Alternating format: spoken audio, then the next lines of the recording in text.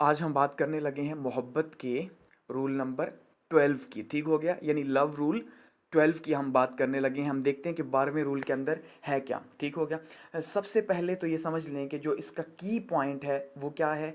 वो यही है कि आप जब इश्क के प्रोसेस से गुजरते हैं तो वो चेंज का प्रोसेस होता है। ठीक है, तो ये हमने 11th रूल जो था उसके अंदर भी चेंज की इंपॉर्टेंस देखी थी, उसके अंदर भी चेंज के मुतालिक ही बात होगी।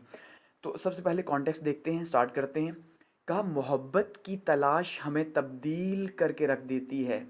राह इश्क में ऐसा कोई मुसाफिर नहीं गुजरा जिसे इस राह ने कुछ ना कुछ पुख्तगी ना अता की हो। जिस लम्हे तुम मोहब्बत की तलाश का सफ़र शुरू करते हो, तुम्हारा ज़ाहिर और तुम्हारा बातिन तब्दीली के अमल से गुजरना शुरू हो जाता है। समझ रहे हैं बात को? क्या कहा कि ऐसा मुमकिन नहीं कि आप राह इश्क के मुसाफिर हों और आपको कुछ हासिल ना हो। ऐसा हो नहीं सकता। ऐसा ही है ना, तलाश महबूब की हो, तलाश महबूब की हो और आपको उसके अगेंस्ट में कुछ ना मिले। अरे भाई, महबूब ना भी मिला तो भी बहुत कुछ मिलेगा। इतना कुछ मिलेगा जिसका आपने कभी सोचा नहीं होगा। समझ रहे हैं मेरी बात को?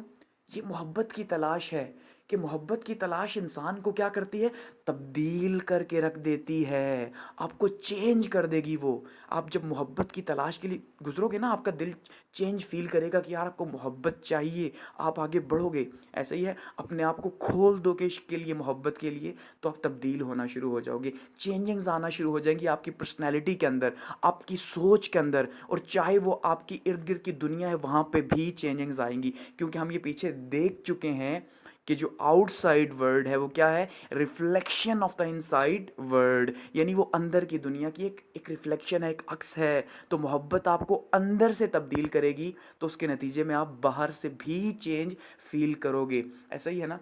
और क्या कहा कि इश्क की राह का कोई भी मुसाफिर जो है, कोई भी मुसाफिर जो इश्क की राह पे निकला हो और वो ये नहीं कह सकता कि उसने कुछ हासिल नहीं किया यहाँ पे। आप किसी आशिक से पूछिए, किसी अल्लाह वाले से पूछिए आप, ठीक है, किसी दुनियादार आशिक से पूछिए, उससे पूछिए अरे भाई बताओ तो सही अपने इश्क का सफ़र, क्या इश्क मिला? वो कहेगा नहीं मिला। ठीक है, फिर पूछिएगा अगर नहीं मिला तो क्या कुछ और मिला? तो वो आगे से आपको अपनी फ़िलॉसफी बताएगा। वो फ़िलॉसफी कहाँ से आई, वो बातें कहाँ से आई, वो सोच कहाँ से आई? अरे भाई इसी इश्क से तो आई। चाहे मिला या ना मिला, लेकिन इस इश्क ने क्या किया, उसको चेंज कर दिया, उसको बदल दिया। कि जिस लम्हे आप इश्क की तलाश में होते हो वो आपकी मंजिल की तलाश का सफ़र है।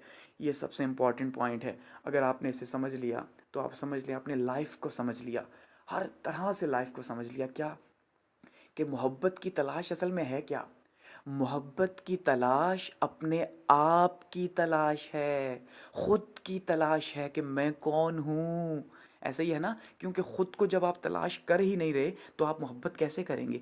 आप अपना वजूद किसी को सुपुर्द कैसे करेंगे जब तक आप अपने आप, अपना आप आपके अपने पास नहीं? वैसे ही आपके अंदर कौन समाएगा जब तक आपके अंदर आप खुद समाए हो? तो ऐसा ही है, ऐसा हो नहीं सकता। इसका मतलब क्या है कि मोहब्बत की तलाश का जो सफ़र है वो ख़ुद अपनी तलाश का सफ़र है। और इस दौरान बहुत सी चेंजिंग्स होती हैं और बहुत कुछ मोहब्बत सिखा के जाती है। ऐसा नहीं कि मोहब्बत आपको नहीं सिखाएगी। इसलिए राह इश्क के जो मुसाफिर हैं वो ये हरगिज़ न सोचें कि क्या उन्हें कुछ हासिल होगा या नहीं। शक दिमाग से निकाल दीजिए। सफ़र अगर करना ही है तो खुले दिल से इसे एक्सेप्ट कीजिए। बहुत कुछ मिलेगा, बहुत बहुत कुछ मिलेगा। ठीक हो गया।